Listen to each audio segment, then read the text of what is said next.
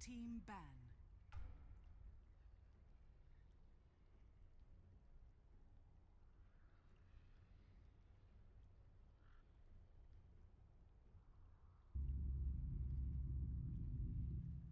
Radiant team ban.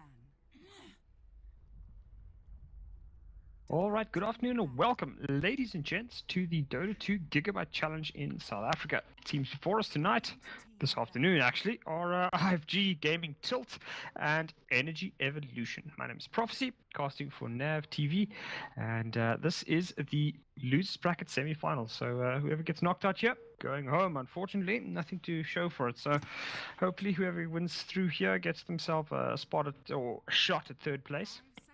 They'll have to take out either WRG's Noob or the side of BZK. But anyway, let's get straight into our bans quickly.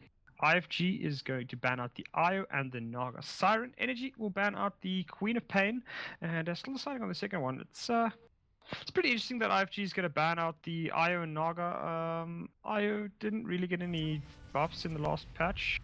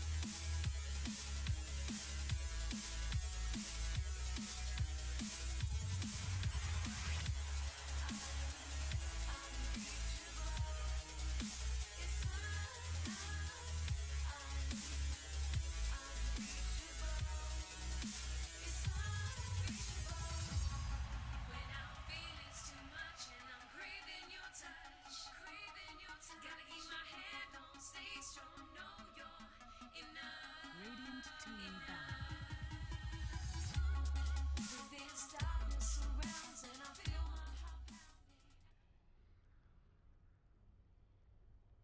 All right, good afternoon. Welcome, ladies and gents, to the second round of the day in the Dota 2 Gigabyte Challenge. Sides before us, IFG Gaming Tilt Squad up against Energy Evolution. My name is Prophecy, and I will be casting the game for you today. Sorry, guys, if you're a little bit confused as to why we had to remake, it's because I unfortunately potatoed and gave the wrong side first pick. It was meant to be Energy. But anyway, let's get straight into it. So Energy will ban out the Wind Ranger this time. IFG will actually ban out the IO. So again, I was just wondering about the IO. I mean, it's not a particularly potent pick. I suppose with the new buffs to Tiny, the IO could make a big difference. And the Naga Siren also banned out. A bit of an odd one there, as she did get a minor buff, I believe, to the Aghanim's Empowered ulti, which gives you now 8% heal instead of 6% heal per second. So I don't know, it's just a bit odd to me. Queen of Pain will be the second banner for Energy Evolution, and we will see a Shadow Fiend picked up here for the side of EN. So that's their mid laner.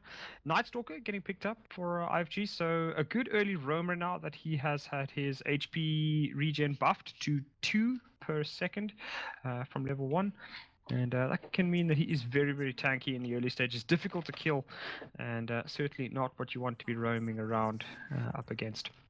Earthshaker will be the second pick here for IFG, as I look for a guy just a little bit old school, and he's been doing pretty well of late. Fairly decent all-round hero, nothing particularly mind-blowing about him except those crazy echo slams that some players just have a knack for landing. But yeah, so a decent set of what I would call supports here for IFG. I don't think we're going to see an off-lane Nightstalker or an off-lane Earthshaker at the moment. Energy Evolution, however, will pick up a guaranteed offlaner in the Clockwork. So decent little hero. He's not the tankiest little midget, but can certainly do quite a number. And his initiation is going to be critical to keep that Shadow Fiend safe in the fights once they start breaking out. EN will ban Templar Assassin as their third ban, and IFG will reply with the Pigeon Gone. So bit interesting that they would ban out the Skywrath Mage, although I do know that Plick just monstered. I can't remember exactly which team it was. It was a little while ago, maybe a month or so ago, when Plick just went absolutely ham on a Skywrath Mage in mid, and it just beasted everybody. It really was pretty ridiculous to see. Lina will be the will be the final ban in the second stage for Energy Evolution, and replied with a Rubik. So IFG pretty intent on actually removing a lot of supports here from Energy Evolution side. Energy a lot more keen on taking out the mid options. So doing a lot to protect their Shadow Fiend at the moment. I think it's fair enough. Not really focusing on the Storm Spirit. He did get hit pretty heavily with his nerfs. So they obviously feel that they can deal with the Storm if it comes to that. I mean, Storm is also a pretty weak laner until he hits level 6. So Shadow Fiend shouldn't be too badly there. 5 seconds remaining. Anyway, we have our third pick. IFG taking a little while here. They do have the first pick option. Well, I mean, all the carries are still available, none were banned out, so something like a PL or an anti-mage, or even the Gyrocopter. I mean, all three of those actually got hit with slight nerfs, but IFG are going to go with a DK, so very, very old school here. DK did buff him slightly. The Breathe Fire does, I believe the damage reduction is increased now. No, sorry. The reduction duration is increased from, I think, 7 to 11 seconds. So, fairly good hero up against the Shadow Fiend. You can just walk in, hit him with a Fire Breath, and reduce a lot of his damage, particularly in those first couple of waves. Effectively. IFG will grab themselves a Vengeful Spirit, so going for this very, very armor-dependent meta, which it appears could be coming along, since a massive reduction in the effectiveness of the Medallion as well as the Solar Crest on things like the Roshan. Also, the Ancients have been stacked as well with extra armor, so IFG looking a lot better now. Dire team ban. And well, Energy are going to grab themselves a Crystal Maiden. Sorry guys, if I'm mentioning all the buffs, it's just like this is it's just for those who haven't actually read the patch notes. But yeah, so Crystal Maiden, nice to see her appear again. She hasn't been super effective. I've seen her a couple of times, but yeah, she's been given a couple of buffs over the last few patches or so, just trying to get her back to relevance, but I don't know, teams just seem somewhat averse to using her. She's got a decent little stun there on the Frostbite, but by and large she does still lack quite a bit, and unfortunately not able to provide enough in the late game as you'd like. So a good early laner here. I don't really know who's overly dependent on her Arcane Aura at the moment, so for the most part I think both these teams, I don't know. But I think right now, IFG has a better all-round lineup. It looks to me almost as though that we are going to see an off-lane Nightstalker here, though, in flying in my logic's face. So Earthshaker, Vengeful Spirit on the supports, and then an offlane Nightstalker. 5 seconds remaining. I don't know how much he's going to be able to farm though, since the silence does not come out. 5G. Pretty decent hard carry if you can get him the farm. Otherwise, he's fairly shit, in my opinion. Apologies for that, but yeah, I don't know. He just requires so much farm to be of any real relevance, and if it doesn't get it, then IFG could just get run over here by Ian. Yeah. Otherwise, I think Energy Evolution has an okay laning stage. Clockwork is not really the strongest. Shadow Fiend is not really going to be providing a lot. Winter Wyvern is going to be only support and lane. Crystal Maiden, I think Energy will leave her to pull creeps or just farm the jungle, get her a couple of levels, and then she'll maybe rotate for ganks or such. But for the most part, I think Energy's lanes are going to be a lot more passive than IFG's. IFG needs to get active here. They have to get the silencer rolling early. If that doesn't happen, then they're really going to struggle. DK is okay in the late game, but he's not fantastic. Nightstalker, again, okay, but not fantastic. Whereas Energy, they have the Shadow Fiend and they now have the Razor. So it looks like both teams actually coming with an early game strategy here. And it's that with this pickup on the Razor, I think Ian might have it here. They have, with the Razor now, their laning just looks a hell of a lot stronger. He's pretty much going to get run over if they try and take Energy in these early stages. Shadow Fiend will be the true hard carry here. Razor is mostly going to be utility. That is on RDK though, so we could even see it start stacking some severe amounts of damage. And Razor has been buffed as well. His link now constantly drains rather than once every second for the 714 HP. 10 seconds remaining. So anyway, just waiting for the last pickup on the heroes, and then we...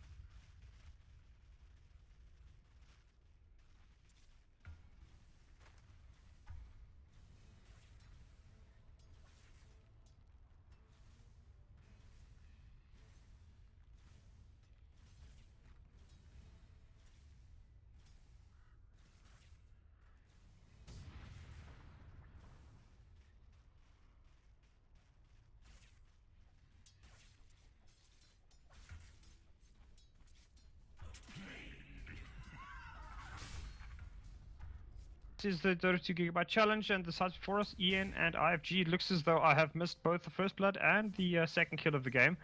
One apiece to each side as...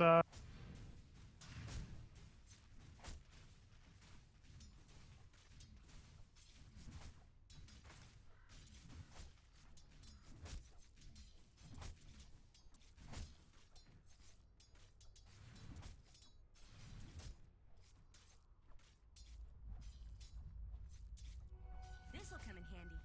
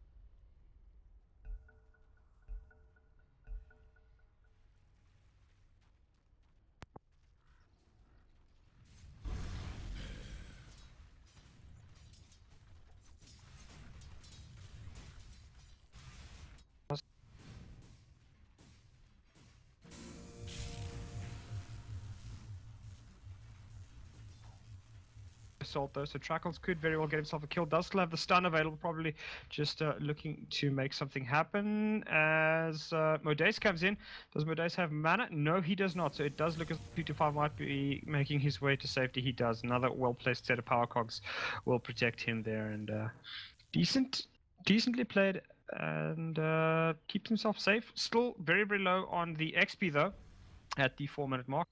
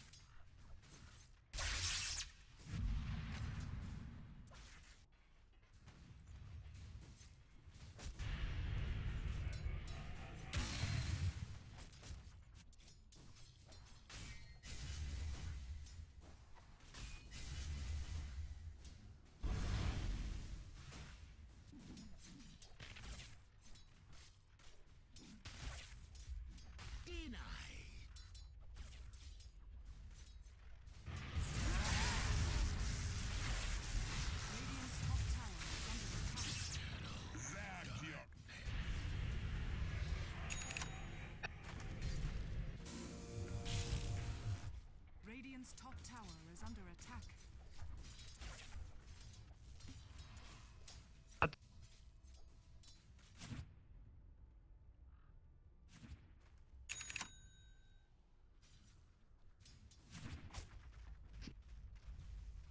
Dire's bottom tower is under attack.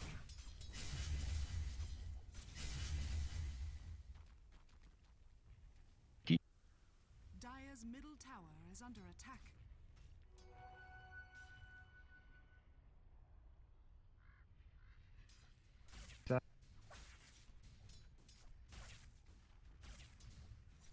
not doing too badly. Obviously doesn't have the wave clear that the Shadow Fiend does in mid. Just want to have a look quickly. Do we have any stacked camps? We've got one stacked camp here, and this one should be stacked very, very soon. And actually, the stuns are coming into Plick. Is he going to make his way to safety? It does not look to be the case, as he is fighting up against 3, and he will go down. Unfortunately, caught out there. A good rotation in from Atmosphere. Impact trying to get close enough to get the return kill, but Atmosphere is more than safe enough, so he'll run himself to safety. And Nara will pick himself up a kill in the mid lane there, so a good early kill for IFG again on the Plick Shadow Fiend. That'll actually be the first time the Shadow Fiend goes down this game, so important way to nullify him is to just constantly force him out here. Nara comes in, he's just looking to farm up while the Shadow Fiend isn't available, and Rageboss will be looking to find as much farm as possible. He's going to throw out the Splint Blast, try and slow Nara down. The first race comes out, the second race will miss, so Nara gets all the way back to his side of the river. And Atmosphere at the moment, level 5, doesn't really want to get all that close to RDK. He does have the safety of the Knight to help him out though, so he will be pretty difficult to bring down for RDK. I don't know if this is really the best idea to pick up the Razor. It's such a static hero then, in my opinion. It really doesn't get a whole lot done. 2-5 getting caught out on the top lane here, the stun as well as the last word, doing quite a significant amount of damage to Clockwork. He does have the Mango, but ideally he'd love to have a little bit more than that. IFG going to start working on the tower as all 3 heroes hanging around here. Modeste is going to start punching things, but Cloud for the moment is just throwing his shuriken at people, and Cloud is actually going to get initiated on here. The long-range Arctic Burn comes out, and the ulti is actually forced out from Cloud, so that is an interesting time to use that, and maybe a bit of a mistake as far as I know, as Cloud will be forced to get that healing cell placed on him, and that'll be the end of that. 2-5 once again taking significant amounts of damage. He is healed up here by Rageboss, but it might be a bit of a mistake, as 2-5 is very, very far away from help otherwise, and he does actually go down. I don't know,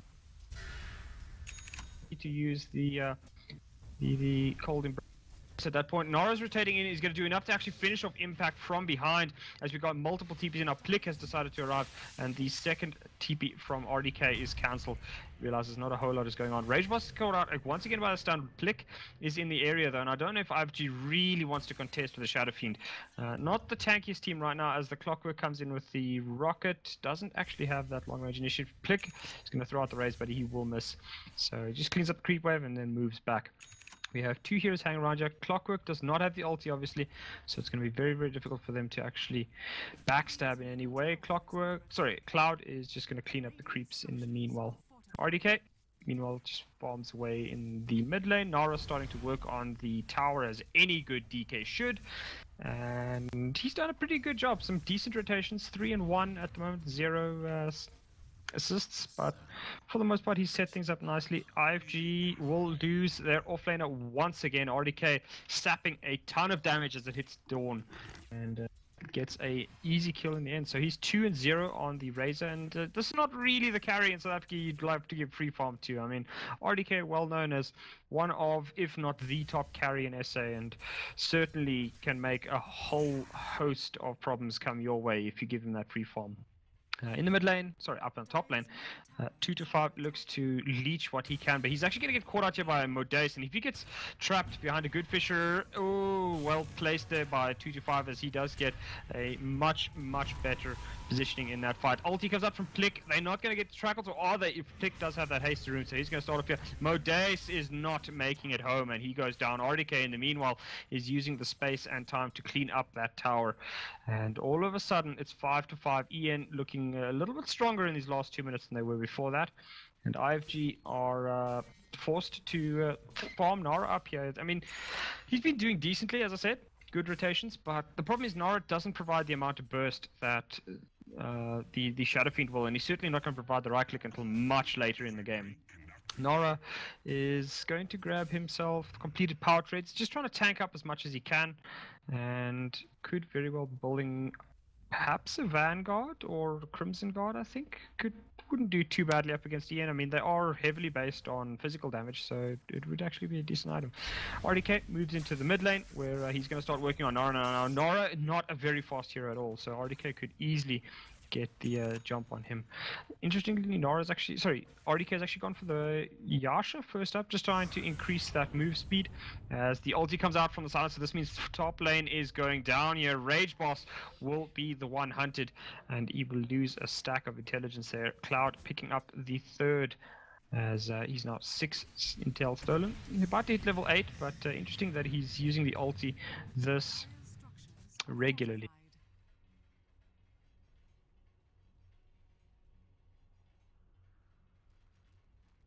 Well, anyway, guys, at the moment, 225 is busy rocking the top lane here, hoping to get to level 6 sometime soon. IFG's Atmosphere is actually going to get very, very aggressive here on Rage Boss, and RDK is actually TP'd in, so he's going to try and fight up as best he can. Cloud is forced back by the presence of the other hard carry, and he's not all that keen on taking the fight here. Modace, however, might very well get himself caught out. Impact and Plick will account for the Earthshaker, and down he goes now. RDK's basically just going to push out with the plasma field, and we'll try to farm up, and I think tower up on top lane is the next target. Atmosphere and Trackles are basically abandoning that to its fate, not all that keen at all to get involved there. Nara pushing out the bot lane here. He's looking to just make something happen, but unfortunately he generally has to be around his team. It's just not working here with him trying to split push the whole time, and he doesn't take the towers as quickly without, you know, as a full 5 EN stack, and EN are really going to make them pay for this. We have Clockwork TPing in. He could very well he gets off a good set of cogs, and that's just going to annoy Nara for a little bit. Cloud also TPing in, so it looks like it's just a trade on these safe lane towers, but here comes the multiple TPs. It's going to start off with the Winter Wyvern. The next one coming in is the Crystal Maiden. So a missed time there on the on the Fisher, and Cloud taking a ton of damage. They will get the kill onto Clockwork though. Do they get the kill on Cloud? That is the question. Click is going to whiff the ulti entirely, and that is the end of that. Atmosphere getting caught out from behind, and Ian now is basically caught out. Impact trying to get what he can, but Nara will get the stun onto him, cancel that, and Razor now arrives, and he's doing tons of damage. Trackless not making his way out of this. Oh, there he goes down. RDK is going to keep hunting. Does he spot Cloud? Cloud is the primary target here. He's going to hit him right with the edge of the static field, and down goes all 4 of IFG that were on that bot lane. Only Earthshaker making his way to safety, keeping out well in time as Ian hit them back in a big way, and IFG all of a sudden behind the 8 ball, and this is where things get hard because Ian can easily just use the back of this and to start pushing down towers, whereas IFG, as I said, they need a lot of farm to be useful, particularly that silencer. So if he gets hunted, then RDK is really going to be doing a lot more damage to it a lot quicker as well. So IFG got to find out what they can do now. RDK completes his Sanj and Yasha and start working on the mid lane tower. Probably going to go for maybe a BKB next, as actually down on bot lane it is Rage Boss who's caught out and finished off there. Cloud who's getting the last hit. So Cloud not doing terribly at the moment. He has only died once, but you know, he's not farming as quickly as you'd like. You'd ideally love to see him a bit closer to something like the 4-star here at the very least. Stun comes out from Modace in mid lane and caught out by 225. Ulti expended by the Silencer to try and keep Modace alive. You know, this is a lot of investment, and it's not going to happen as Earthshaker goes down. Atmosphere has been caught out now. RDK is all that interested in taking that fight. He's actually going to spot out Cloud. Cloud takes the last hit, and he gets wrecked by RDK. So 12-8, as it looks like Crystal Maiden is running. Nara is in the area, looking to try to get a kill there. Rage Boss is rotating in now on his Winter Wyvern, so the cold duo are going to do what they can. The slow will hit Nara. That's going to keep him in the area. Does Rage Boss expend the ulti? He is going to try, but Nara realizes that Impact's coming in. The ulti is now expended, so they're going to do what they can. Ulti comes through from Impact. Freezing Field not going to do enough though, as Nara gets the stun off just in time, but the assistance is there, and Impact survives to see another day. And IFG all of a sudden just hemorrhaging kills at a serious rate of Natsya and not really getting anything in return for it. Plick is completing, well, he's completed the mechanism, probably going to be going for the BKB next, or maybe a bit of a fighting item. Let's actually check the courier. What is the Llama delivering? It is going to be the Sanj, so S and Y will be coming out for Plick. I think I approve that. It's I mean, early game fighting is what they're looking to do, and that certainly will contribute big time to it. He gets himself a DD as well, does the Shadow Fiend. So Plick is really looking to bounce back big time here. Well, not even bounce back, just continue his domination. What am I saying? As the rest of Ian, well, gathering up in the mid lane for the moment. RDK just continues to farm away. He is actually going for the plate mail AC build, perhaps. Not too bad of an item. I think maybe a bit early though. I'd love to see him go for, you know, the Aghanim Scepter just to get that extra little bit of damage and really just force IFG, you know, put a time limit on IFG that they cannot afford to farm too long. Atmosphere, he's going to try and get himself to safety, and a bit of miscommunication there between 225 and Rage Boss allows the Night Stalker to escape, and they'll just use this as an excuse to go into the Rosh Pit. Impact clears out the area of wards, but I mean they have been spotted by this ward on the high ground here. IFG can't really do a whole lot about this anyway, so they'll pretty much just let it fall. It's not going to go down very quickly, but it's decent enough for the time. Actually, IFG does look to contest. Now, they are being spotted here, so this could just go seriously south. 225 will drop, not an even aggressive set of wards, just really a defensive one. But IFG interested as out comes the Silencer ulti, and now things are not going to look good. Nara forced to use the ulti on backplay. The Plick and the supports are working on the... Sorry, down goes Nara there with... Plick and RDK just doing a whole bows to work. All three of the cores for IFG are down. The hunt continues for Trackles. He's running for the hills, but RDK is on the hunt. You do not escape from Razor, and he is going to be sending Trackles and his spirit all the way home in a painful looking box. As Trackles is going to keep running. Does he go? No. RDK decides this is the end of it, and we're actually going to get an early GG as IFG realizes that at this stage Ian is just way too potent and way too strong. They can't take these fights, and just like that we have ourselves a 20-minute sub 20-minute game as IFG calls it. Ian just way too strong in these early stages, bouncing off a monstrous early game to not even get really to the mid game. As I mean, IFG decide to call it, not happening. Silencer not really getting any farm. The rest of the team not much more either. So thanks very much, guys. You guys can catch me in about 5 minutes as we'll look to see if Energy Evolution can take a 2-0 over the side of IFG. Thank you very much. Bye-bye.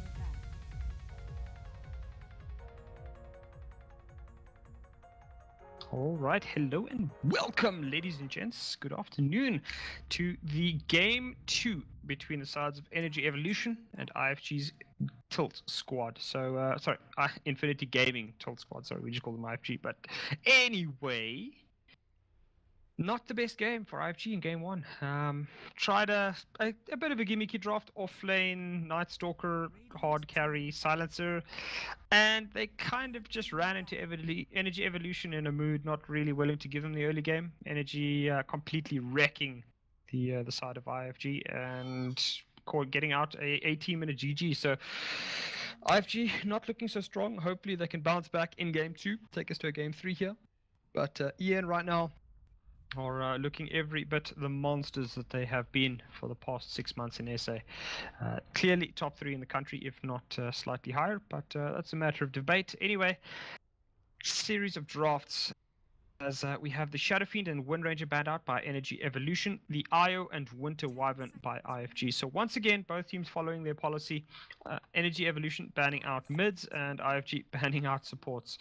As we will now see the pickup of the Queen of Pain in the mid lane. This does obviously open up Energy to grab themselves the Lina, which Plick has shown to dominate on previously.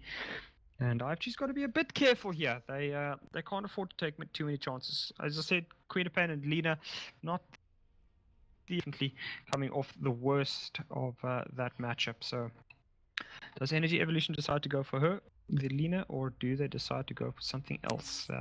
Saw an interesting draft from them as well. The new Razor pickup. He has also been slightly buffed, but there we go. The Lady of Fire arrives. Plick will be running that. Bane comes out as well, and this is a hero I love to see, one of my favorite heroes, and he's just gotten himself a nice helping of a buff, and that is the Brain Sap is now super cheap in that it costs only 70 mana and you can eat 90 pure damage from any opponent that you're up against. Tusk will be the second pickup for IFG, so a little bit of a flex pick here for Energy Evolution. Can either be played on the off lane or the safe lane, or as a support. Has eaten some nerfs as well, just to try and get him out of, guaranteed top tier picking and all the rest. But by and large, I don't think the nerfs were too massive. Probably justified in the end, as they were very slight. Just, I think, a mana buff to Ice Shards. The Snowball is now 3 seconds instead of 4 seconds that you can be max in it. And the biggest one is actually the Frozen Sigil no longer goes through BKB. So that is significant, I think, particularly for the late game when you will have BKB carries running around in a fight. Second round of drafts, or second round of bans as it is. Energy banning out the Clockwork, which did pretty decently in the hands of 225. IFG will remove the Earthshaker and TA from the equation, and the Undying is gone as well. So Energy no longer keen to see the zombie in this game, and they'll be looking for a seriously strong carry here. As I said in game 1, number of carries still available here. Both these teams rather reverse to actually banning them out, apart from the Shadow Fiend, obviously.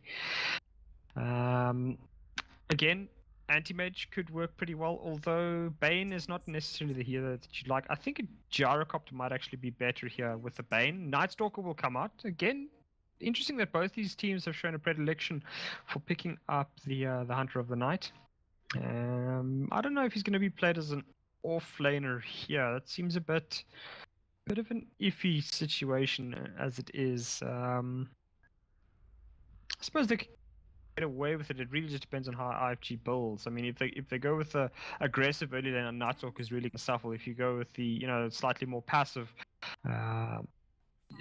defense, if they go with a slightly more passive tri lane, I think the Night Stalker should be okay. But I think he's just going to be a better support here than anything else. Jakiro comes out from IFG. That is a hero I have not seen in quite a while. Didn't actually get any buffs or nerfs in this patch, but maybe IFG just thinking, let's try and get aggressive on towers, try and set things up. He should work decently well with the Tusk. If Tusk can get a good set of Ice Shards in, you throw the Ice Path over the top, and you guarantee yourself that stun. Also, the Ice Shards can, set up for a decent Macropyre, locks off an area and forces the opponents to stay in the Macropyre for a little bit longer. So it's not too bad of a hero. Although I'm not the biggest. I mean, I love Jakiro. Don't get me wrong; it's one of my favorite heroes as well. But I don't know. I just don't think it's gonna necessarily work out in this game. Energy will grab themselves a Luna for their super hard carry RDK. Hopefully he can bring the thunder as he did in game 1 on that Razor. And he's going to be looking to stomp this game at the moment. Nothing that can really take him in the late game. IFG will have to draft that very, very soon, or they could risk just getting overrun once again. So I think the Tusk is a very good laner here, or a very, very good rotation support if it's needed. IFG can seriously set up early game kills, particularly on Lina. She's very, very immobile in that mid lane, can easily get caught out and blown apart with the Tusk as well as the Queen of Pain helping out there. Jakiro, I don't know, like he's going to be a very, very weird sort of rotation if he does come through. I mean, the only thing he's really going to be able to land is perhaps the Ice Path, and it doesn't really do any damage. So I think IFG probably won't rotate the Jakiro much. The Jakiro probably just being sent to really harass the Nightstalker on that offlane, unless Energy Evolution obviously picks a different offlaner for the moment. But yeah, Jakiro I think will be just the harassment tool up against the Nightstalker, and he'll just really be dedicated to zoning out Nightstalker so that he can't get those early levels which make him so powerful. Energy Evolution, looking for them quickly. Second support could work out here. Ideally something with a little bit of burst or a little bit of extra damage to try and stun to try and help them out. Bane will set things up with the Nightmare Brain Sap, and then Luna will come in with the Lucent Beam. But ideally, you'd love to have just a little bit extra damage, I think, to guarantee the kill. IFG, however, are going with a hero that has seen a tiny spike in popularity of late, particularly in South Africa. It's not the most effective hero, but it can do a job. That is the mighty bear Ursa. So he's going to be stomping all over us here today.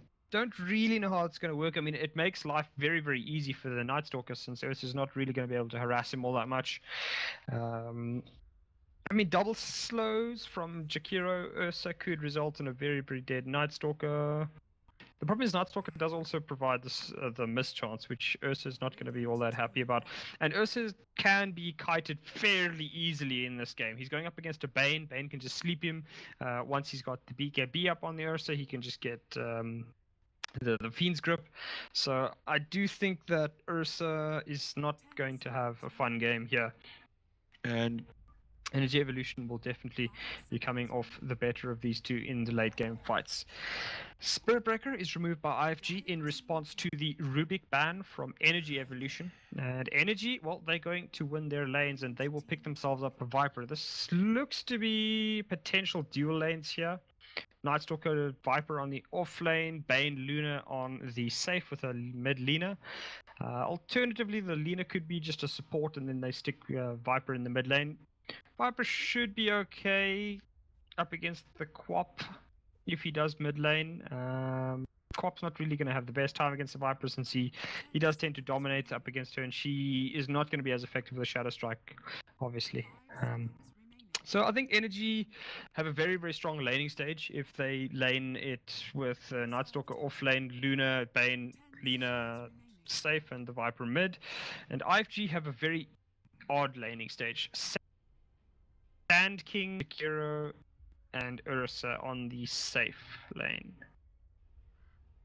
That is a very, very weird lane. I mean, it's got a lot of killing potential, to say the least. But the Sand King is not going to be sitting in the lane. He's going to be farming the jungle for the most part, and that means that the lane is actually a lot weaker. Jakiro provides a slow and a decent stun. If Ursa can get into range, he can provide an additional slow, and then they could maybe get kills. But I still just think that IFG's not really going to get a whole lot done here. Ursa can pretty much just be kited the whole game, and their team has very, very little synergy as such. I mean, you've got the Sand King's gonna. I mean, basically how they want their fights to break down with.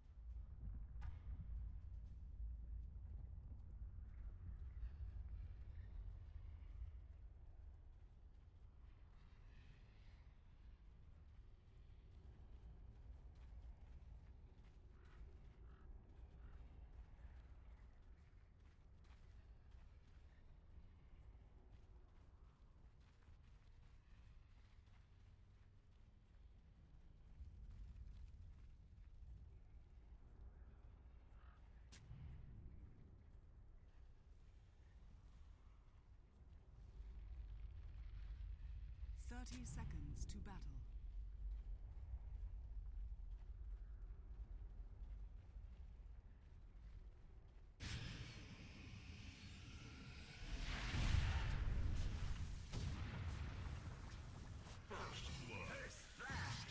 With a poison twist.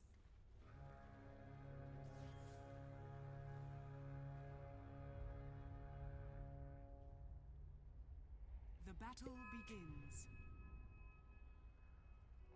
Mine. Worthy tribute.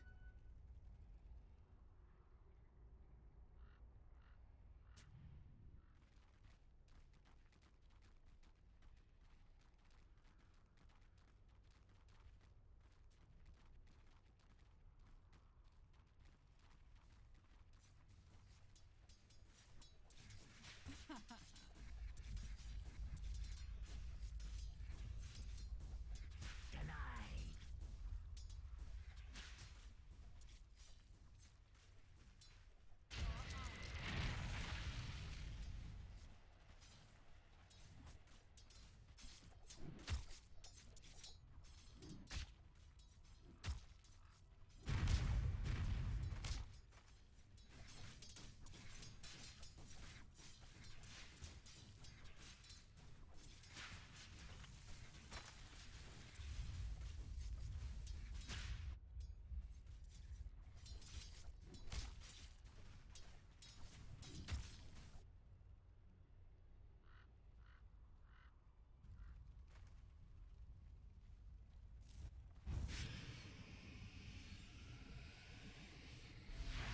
Dire's top tower is under attack.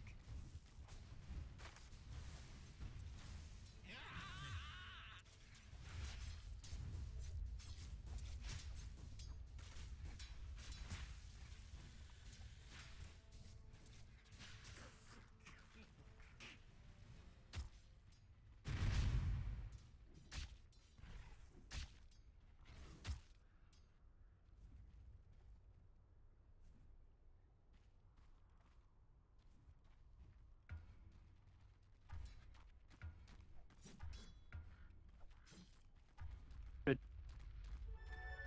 damage.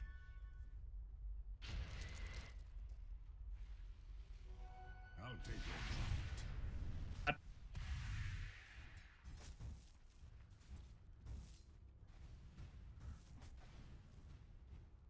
Could have been a contender. Still tranquility. The Night Stalker is no more.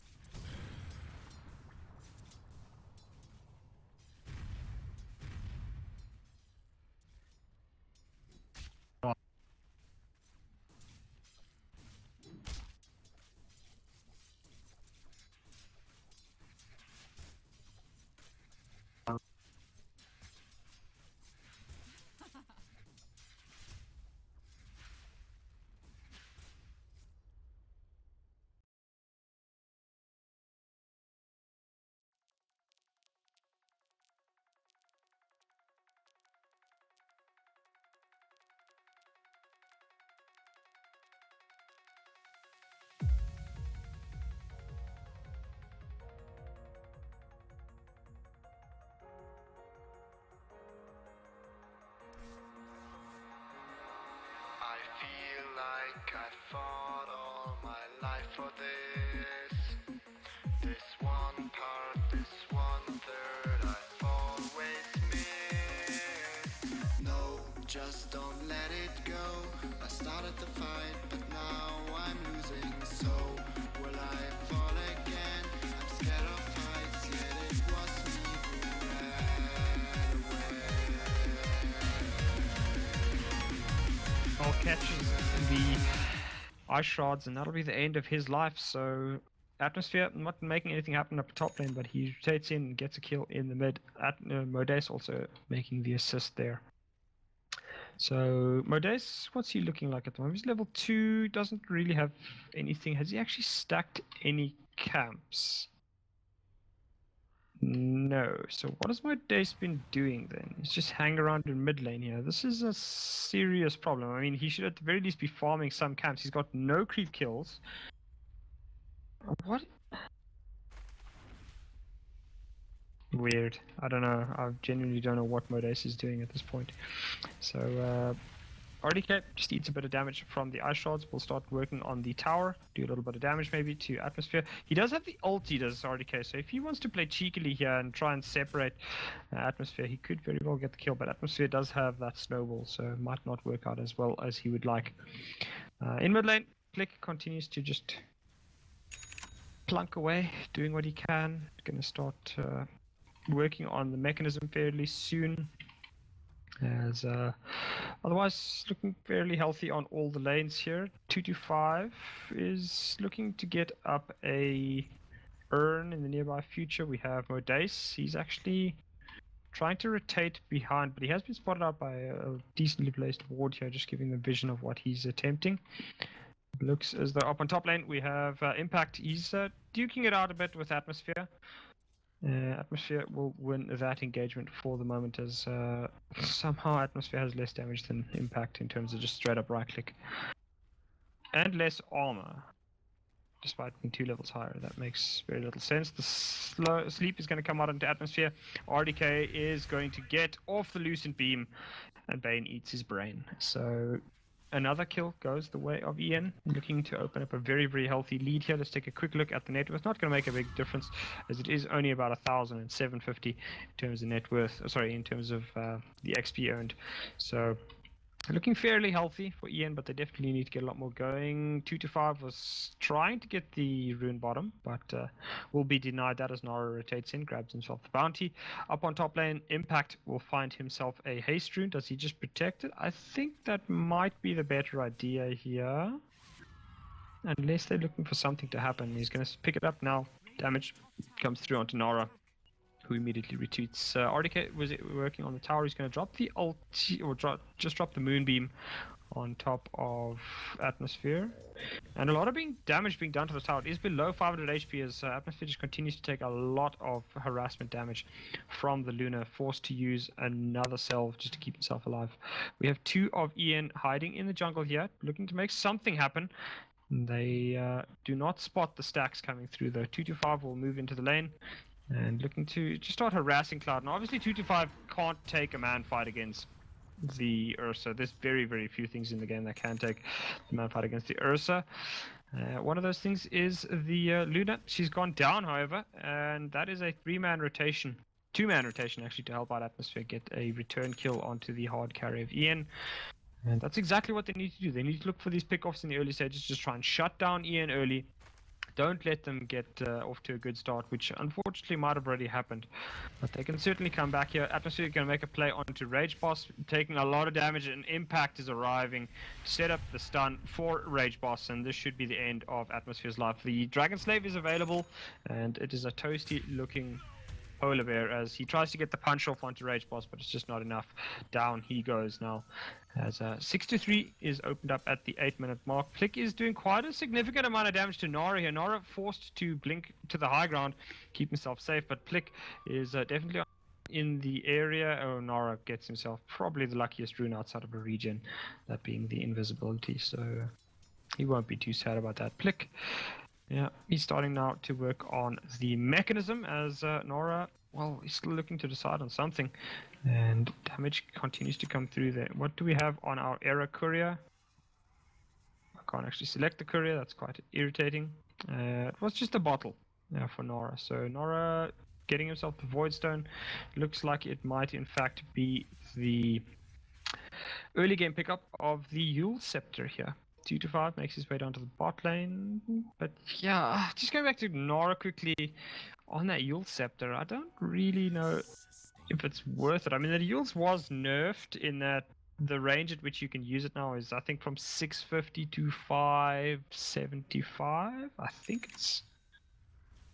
I know it's nerfed, and I know it's 500 and something from 600 and something, so not a major difference, but it can make a significant impact if you have to get closer than you'd like to. Nora will, however, get pretty close to a set of creeps, and he's going to enjoy this as he's going to start farming up pretty significantly there. Decides to take the long way around, not quite certain what's going on there, and pings come out from Modace. I think Modace wanted that for himself, and that's why he pinged it out. Might actually just be the reason that the Quap ran there and used the zone as well. So with the rotation Nara was making in there, I thought almost that they wanted to give him the XP as well, but not quite certain exactly what's going on. Modace is going to walk through here. He's actually going to keep trying to stack. Does this work out? No, it doesn't. Dark Troll Summoner is not working along, as we have a 3-man smoke from the side of Ian, and they are on the hunt for somebody. They're going to drop a deep ward. It is not in range of that sentry though, so IFG get a little bit unlucky as Impact realizes that there's somebody around here. Now there's no vision here, so Cloud is going to be caught out. The stun, do they get the sleep? They need the sleep first, and it is going to land. The stun is going to be coming out from Rage Boss, and he should be finished up. But multiple rotations actually mean that Ian realizes this is a bad idea. Let's get the hell out of Dodge. Plick has now arrived. They're going to try to turn things around. Nara takes quite a bit of damage, but Cloud is going to start working on to Plick. Stun will miss there as the rest of the team now comes piling in. Plick is caught out in the stun, and the snowball will fly through. It'll land on 3 in the end as RDK is forced to pop the ulti before he really wants to. They will get the kill onto Cloud as well as Atmosphere, and Trackles, he's going to make his way to safety. The rest of the team also gone, and there's no way they're coming back here. So Ian somehow wins a rather dodgy engagement, getting the kill onto the Ursa in the end.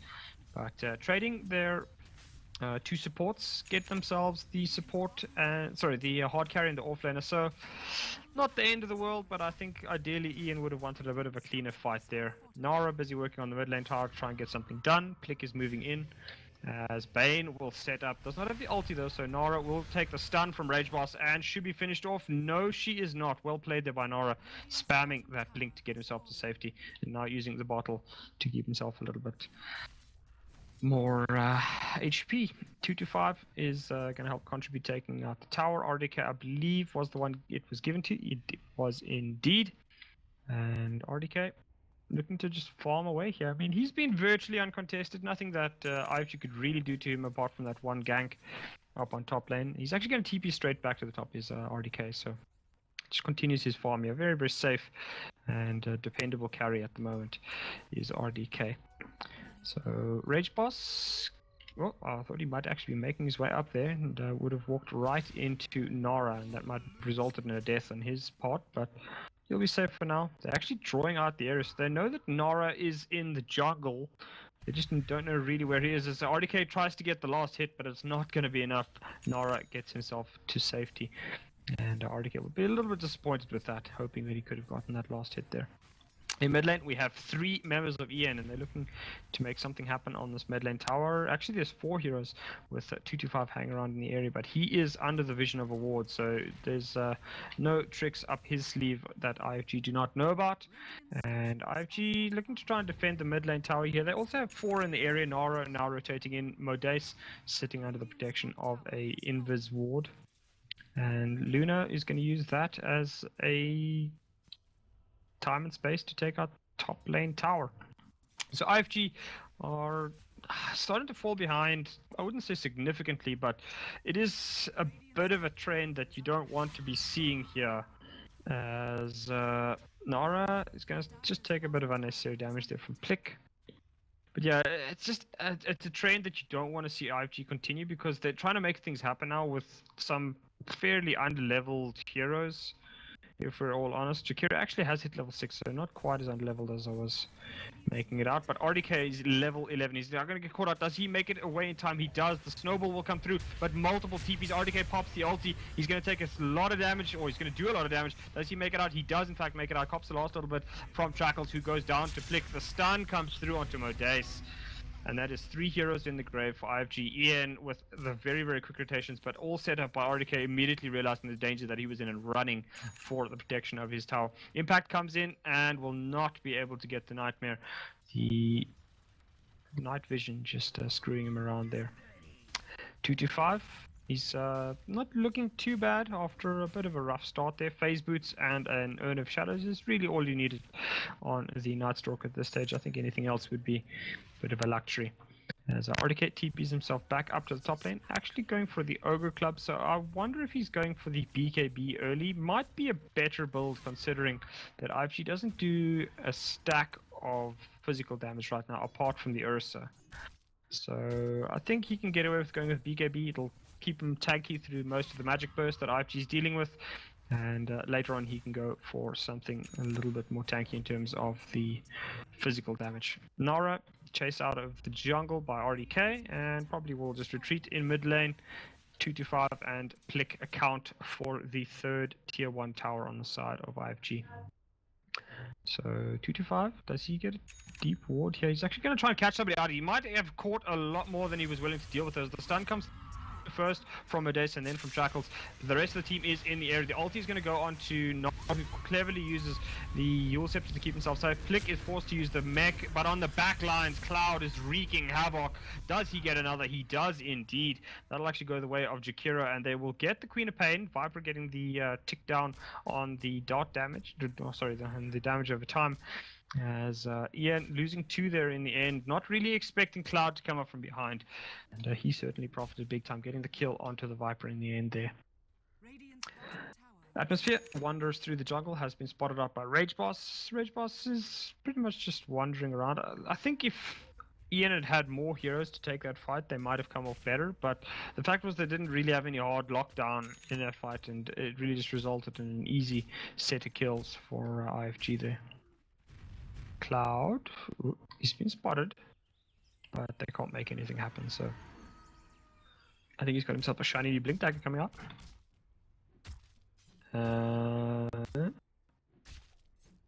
Yes, it is indeed the Blink Dagger. So we have a Flying Bear coming our way very, very soon, and if Ian realizes what's up, they will be terrified. As Trackles gets a good start onto Rage Boss, but he's going to walk right into Plick. Rage Boss, he says, "You're not going home unless I send you there," and drops the ulti, finishes off the dragon. So fire, ice, and lightning all combine, as Rage Boss will get himself a kill. Up on top lane, it looks as though Modeste will get the stun onto Impact. Rage Boss going to do what he can. The Brain Sap comes through, and well, Rage Boss is going to miss that stun, however. And well, this is actually just a setup for Nara to arrive. He's going to do a lot of damage to Rage Boss. Rage Boss might very well die. Does he get the next stun? He's going to land it onto Modeste, but he does go down in the end. Queen of Pain finishing off the Lina there, as does make enough time for Impact to get his rather creepy looking face to safety there. Mid lane, RDK is busy just clearing creep waves, has himself the BKB at 17 minutes in, so he's looking very, very healthy. Impact rotates into the mid lane as well, just looking to make something happen. Plick again under the side of this ward, so Ian players hanging in this area just really haven't noticed that this ward telling a hell of a lot of information to IFG here. Tower will be undefended by the side of Ian. They realize that it's not all that important. They'll just make their way down to the bot lane. 2-5, and Plick will come down here and start working on the building itself. The Tower is under attack. creeps will be arriving very, very soon. So Plick is just going to try and do what he can, tank up the creep wave and make certain that his own creep wave survives as much as possible. As we bring a third member in, Impact has now arrived. We have 3 members of IFG up on top lane, looking to see if they can make anything happen. But Nara, I mean, he's just going to stand here and wait, really. Rage Boss hanging in the jungle, not really certain what to do at the moment. Plick starts working on the tower, but it's unlikely it's going to go down here. They do get the next creep wave. The problem is these 2 heroes just don't really have a lot of wave clear, so they'll do what they can right now. 2-5, just clearing out the range creep, as Plick is also starting to work on them. But yeah, we got, as soon as they see the multiple TPs, they realize that it is time to make good on their escape. And there we'll go. Nara blinks ahead, trying to set up a kill onto Plick. He's going to get the slowdown with the dagger, but Plick is difficult to kill here. I mean, they know that there is assistance in the area, so they're not going to chase that too far. And Plick doesn't even really need the assistance. It was Impact arriving, but Impact not able to make one in that fight there. RDK pushes out. Oh, not able to get that last hit. And Sentry Ward not belonging to him, so unlucky for him. Oh, Rage Boss moves into the area. He drops his own ward, doesn't he? As soon as Modeste sees that, it's time to bugger off. And yeah, he's not going to take too much longer for that. So yeah, at the moment, Ian just basically plugging along, opening themselves up a lead. It's gotten a little bit smaller after the last set of kills going the way of IFG. And difference in it earned also just going slightly the way of IFG again. So, I mean, Ian really just playing a passive game. They realized that, you know, in the ultra late, they probably do have the better part of it as Rage Boss. Oh, how does he not get spotted here? Oh, what a play by Rage Boss to hide away here. He's getting so much information here. He's actually going to TP out as Trackles walks right over him. That is just brutal for the side of IFG when they realize that. You know, your heart's got to drop. Like, what has he seen? Like, what does he know? And trying to set up something for the rest of the Ian squad. Yeah, unfortunately, it doesn't look like they're going to be able to make anything happen, as they will just make their way towards the rush pit. Not too bad of an idea here, I don't think. And IFG have crossed that 80-minute mark, which they didn't make it to in game one. Looking a whole stronger this game, but still running very much on a timer here. Ian can easily take them in the late game. Ursa is not as beastly a carry as RDK will be, and he's got to make something happen. That's the biggest worry, is that IFG, I think, resting a bit on the laurels. They need to get a little bit more aggressive. They need to get Modace up on his Blink Dagger, which he should have now. And they need to make it happen fast, because Ian can really just continue to sit here passively, continue to, you know, dodge you in fights, hang around, not get involved, and when they do hit you, you won't have enough to actually survive it. So definitely a bit of a worry here for IFG that Ian is getting this much done. 2-5 is going for a Mithril Hammer. I wonder if it's a BKB. Might very well be. He might actually be a pick-off here, as Modace is going to start things off. He's going to miss the stun there. Cloud arrives there with a clap. Ulti goes through over the trees from Nara. 2-5 just dodging. How on earth does he get away here? 2-5, brilliant mechanics to get around those trees and really just mess around with IFG. I think IFG panicking a little bit, thinking, you know, this is taking too long. We need to get this kill instantaneously, and it's not happening. So very, very big disappointment there for IFG that they weren't able to make anything happen. Ian drawing circles on the map for me as cute little cat going on there, and Ian's going to start working on the tower. A stun comes through. He's only going to land on RTK here. IFG not really in the area to take this fight. The Macro Power comes out trying to slow things down. Ulti from the Viper goes on to Atmosphere, and I mean, Ian could just take a tier 2, tier 3 here. The stun comes through onto RDK. He gets healed up. He does have the Aegis though, so they can't really focus him too much. Cloud in the backline trying to kill off Rage Boss, but that's not really going to happen, as the damage will be done to the Frozen Digital. That drops. And Ian, well, they continue to hang around here. They're not all that concerned about anything that IFG can do right now. They know that IFG has used two of their big skills. They've used the Macropie, they've used the Queen of Pain ulti, the Sonic Wave. So they'll actually just back off here. I think maybe they could have perhaps pushed on a little bit. Admittedly, Modace didn't use the ulti, so they'll rather play it safe, which I think is also not too bad of an idea. RDK continues to farm away. He's going to set himself up with a little bit of extra armor, sitting at 26 at the moment. It's pretty ridiculous. Impact and Plick are moving their way through. Do they spot anybody? They have spotted Cloud, so they know that somebody else is in the area. Atmosphere is going to be on caught out. Drop the ulti is Plick. RDK, he's trying to run. Does he get caught up by the stun? He does, and the stun will miss, but wow. Atmosphere just eating all kinds of pain there as the Brain Sap goes through and deals that straight pure damage. Unfortunately, I can't see actually how much HP Tusk had, but it looked like it took almost like 3/4 of his health away, and it was a bit of weird, but I think maybe taking a bit of damage from the Dragon Slave at the exact same time. So Trackles will miss with the Ice Path, and the Viper will pick up the kill. So they're now going to start working on the racks, and there's nothing that really IFG can do. Trackles is in the area. We see Cloud getting ready for a jump. Modace is going to have to try and get in, but he's going to eat the Viper ulti immediately, and that just means that he's not able to contribute at all to this fight if he's going to come in from long range. Trackles gets stunned up here by RDK, who's playing fairly aggressive here. Nara as well as Cloud just trying to get ready to jump in, but Nara just taking stupid amounts of damage. Jakiro goes down before the fight even really starts, and Cloud and the rest of the team, I mean, they've done nothing, and they've lost their they've lost both their racks. Cloud now jumps in, realizing that things have to happen. Modace joins him, but doesn't have the ulti, so the burst damage is very gone, and down goes the Bane. The rest of the team, however, is not looking good. RDK has yet to even pop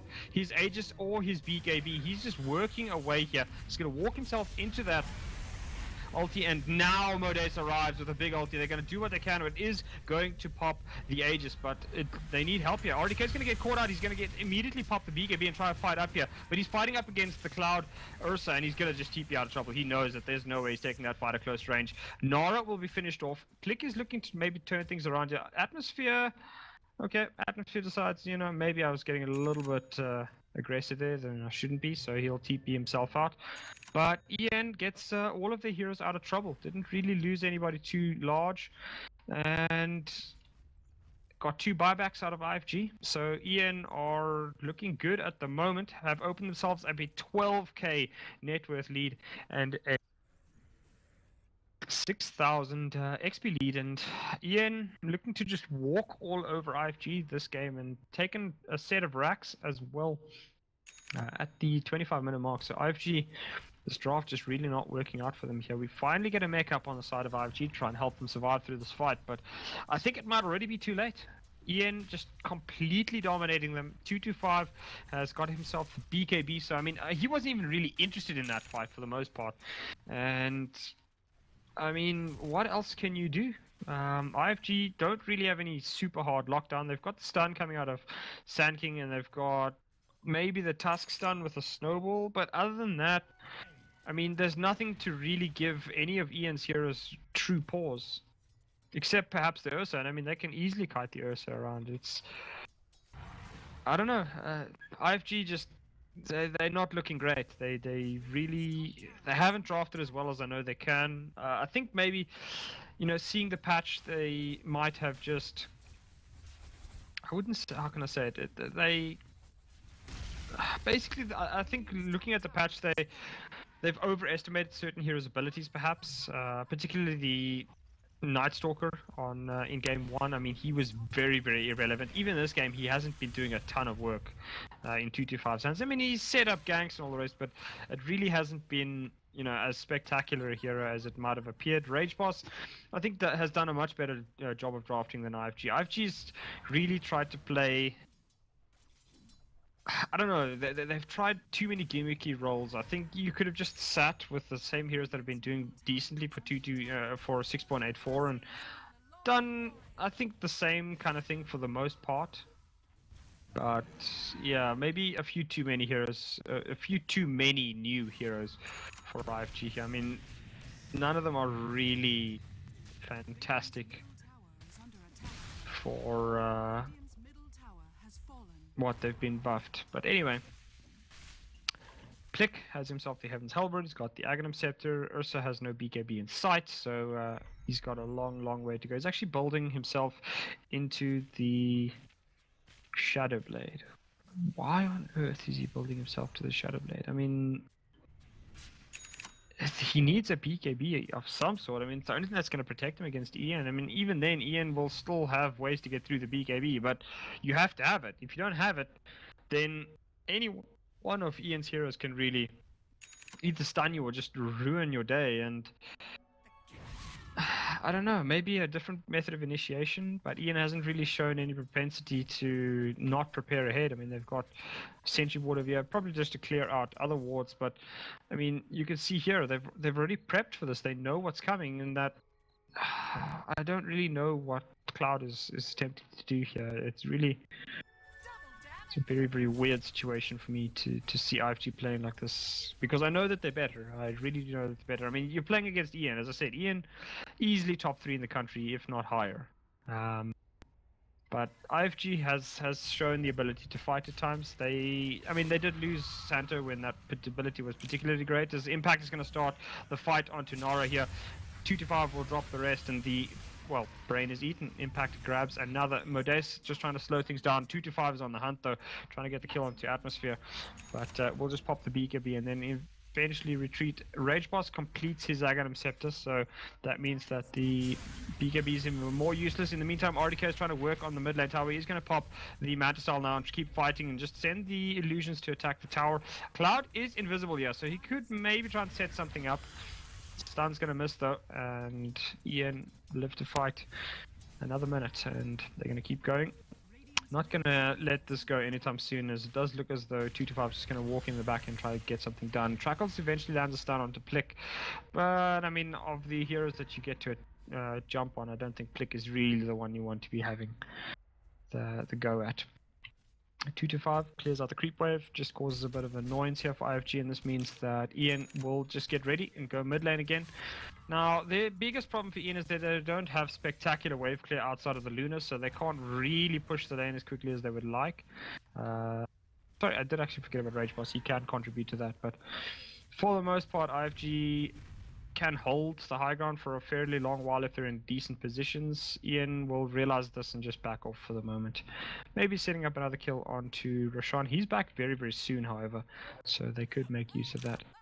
RDK grabs himself the quarterstaff, so could very well never mind. As I said, just completes the butterfly, and these items are just stacking and stacking and stacking for Ian. It's now 20k gold lead or thereabouts, and XP of about half that, so yeah, a very, very long road back if IFG has any real idea of winning this game. And I mean, you can just see how terrified they're playing. They're all sitting inside the base here. Cloud now making his way up to the top lane, where he's going to go and join Modace, who's been farming as much as he can to try and be useful. But in all this ruckus, Roshan will be going down, and IFG has no method of contesting here. And there we go. RDK gets given the Aegis once again, and he'll be using that to just push it to the mid lane. IFG knows what's coming. I think everybody knows what's coming. It really just depends. Does IFG have it in them to take the fight? I've seen numerous fights today where the side defending inside the base actually eventually came out on top, but it's not EN, and it's not the draft that you have, and they certainly weren't as far behind as they are here. So they're going to do what they can. EN comes through, and the fight will start. RDK just runs to the high ground, Plick working from the low ground, and they will combine to take out the second tier 3 tower of the IFG base. And they're now going to start working on the Raxes.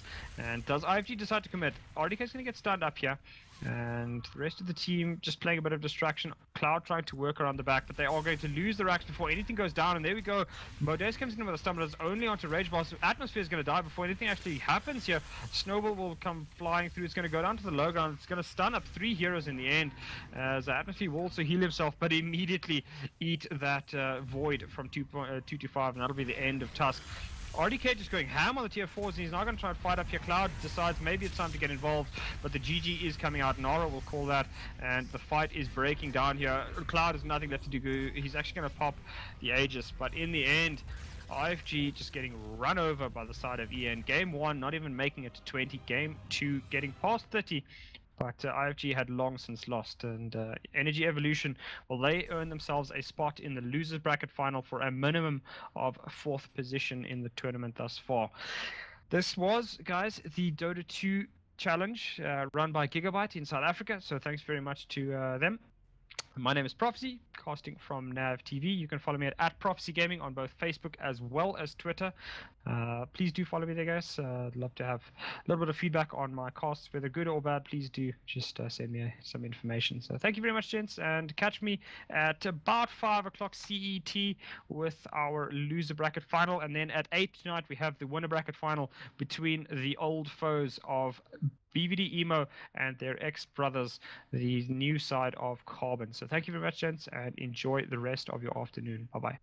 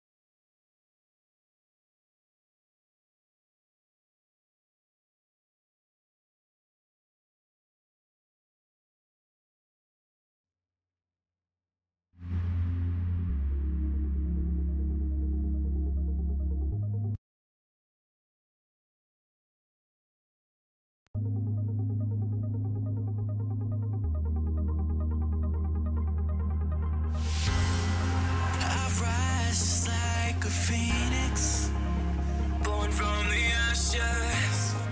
I take care of my own. Torn down where assassin, you can't suffocate my spirit. 'Cause I'm the king on my own throne, my own throne. King on my own throne, my own throne. You'll never see me fall, fall. You'll never see me fall. Watch me reign, and I'll slay them all. Slay them all, slay them all. You'll never see the reign, and I'll slay them all. Slay them all, slay them all, slay them all. You'll never see the throne. King of my own throne, my own throne. King of my own throne.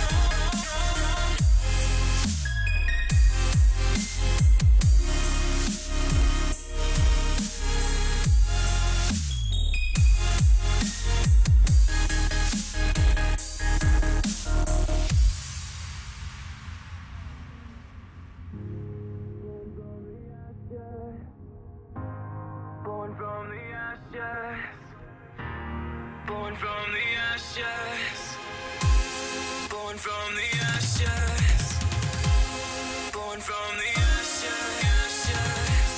born from the ashes, born from the. You can't suffocate my spirit. 'Cause I'm the king on my own throne, throne, oh, oh, oh. King on my own throne, my own throne. You'll never see me fall, fall. You'll never see me fall. Watch me reign, and I'll say